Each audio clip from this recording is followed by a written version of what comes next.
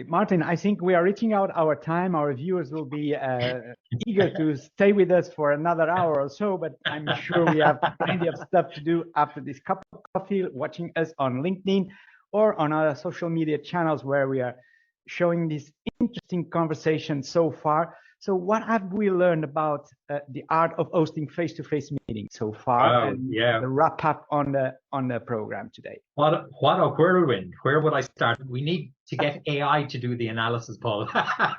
There you go. That too. let me have a crack at it. We started by suggesting, Kirsty, you pitched in first saying maybe we're out of practice with the face-to-face meetings.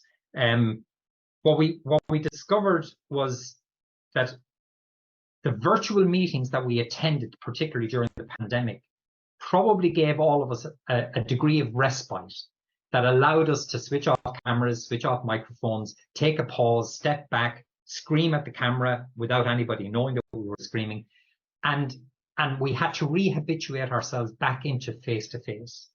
But then we very quickly changed tack. We said, do we actually have face-to-face expertise in meetings? And that brought us onto a completely different track and a really interesting track. So a couple of things that came out of that. We basically talked about meeting leadership, meeting management, and we used our own personal anecdotes and so on to explore the idea that just because you're the leader doesn't mean you have to be the chair. If you are going to be the chair, are we presupposing a particular type of meeting? And does that cover all possible types of meetings? And I think we pretty much agreed, well, actually, it does presuppose and we have to chair every meeting, but we have to manage our meetings. So that brought us into the whole area of preparation for meetings, pre-planning for meetings, the importance of setting the outcome before we ever get into the beginning of the meeting. So we explored that a little bit. Kirsty, you took us into the purpose, the outcome, the structure, and the time, POST, as a simple but really illuminating acronym for if you answer those 4 key questions in preparation, there's a very, very good chance that you're going to have the right people, the right time, and you're going to have the right.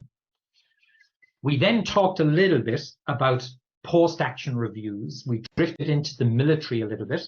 We talked about aviation, which I brought in because that's my own personal professional background. We talked about evaluation apprehension as a possible reason why many organizations don't seem to reflect on their meetings. And we very briefly explored why that might be. And I suggested an idea that Edward de Bono actually came up with, which is the use of plus minus interesting as a really simple tool, a bit like POST in preparing for meetings. Well, maybe we can have a PMI at the meeting to evaluate in a safe way, but in a slightly self-critical way. Critical positive, critical negative, but equally critical, did anything interesting come up? We then segued, we did a major left turn, I think was the way you called it, Joe. And we started to talk about AI. And I'm certain we could be here for another 3 or 4 hours talking in the direction that we had started to go. But I leave it at that. I hope that's a reasonably faithful and quick summary of some of the key points that we managed about in a really interesting discussion.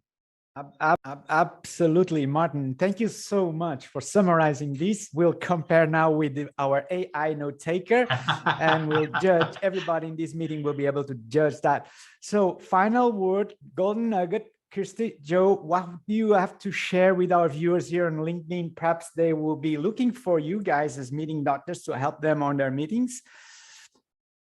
Can I have a golden nugget from both of you to close these today? I think Joe's taught me something about me, which is evaluation apprehension. So thank you, Joe. That was, you've named something for me. And I was like, oh yeah, I recognize that. Yeah. And Kirsty, thank you for POST, because that was a great acronym that speaks it's very similar to the two questions I always tell people to ask themselves when they're about to schedule a meeting. One, does the meeting have a purpose? If you say yes, ask the second question, which is, does that meeting require collaboration? Or does that purpose require collaboration? If you say yes to both of those, proceed to schedule your meeting. If you say no to either one, stop it. Yeah, yeah. You probably don't need a meeting. Love it. Okay, guys, so this is about it. That I hope that you enjoyed the program with us today, and please stay with us, as next month we're going to expand on this conversation and bringing AI into the field. That's all for now, and thank you so much for watching.